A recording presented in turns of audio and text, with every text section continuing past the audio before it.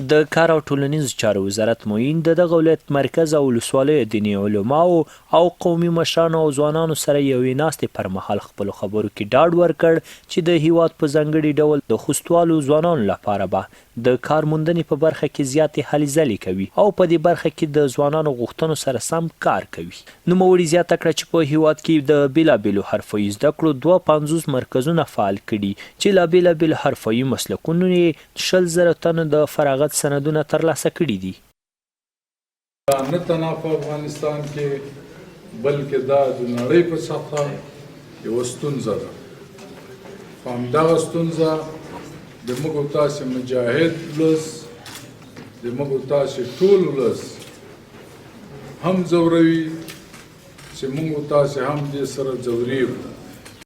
نوموړي همداراز ویل لوړ پوړو چارواکو وعده راکړې چې په راتلونکو 3 کلونو کې به 1400,000 کسانو ته د کار زمینه برابره کړي. وایي دا مهال د بې سرپرستو او یتیمو ماشومانو د روزنې لپاره 62 مرکزونه فعال دي او همداراز 3015 متعدینو د تداوي ترڅنګ د کسب خاوندان کړي او دا مهال خپلو کورنیو لپاره حلاله نفقه پیدا کوي.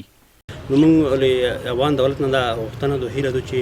ځوانانو ته د کار زمینه برابره کړي. داسې کارونه چې هغه دوامداره کارونه وي لکه حرفوي زده کړو هغه چې مثلا ځوانان وروزي هغوی به انشاءالله په راتلونکي کې بیا وکولی شي چې خپلې کور دپاره نفقه وګټي. لکه په اطرافو کې یو مرکز کې نسبتاً کار چلوي خو په اطرافو کې هغه ځوانان چې بیکاره دي خارج ته تښتې منډې وي نو دې لپاره باید دولت خاص توجه وکړي. د ځوانانو دپاره د کار زمینه کې مساعده شي لکه مثلا د سړک پروژه شروع شي د چکډیمو پروژې شروع شي یا داسې نوره پروژې دي چې هغه کې ځوانانو ته د کار زمینه مساعده وي. ناستې ته وینا پر مهال خوست والي مولوي عبدالقیوم روحاني او یو شمېر نورو مسؤلین خوست میشتو ولسونو ته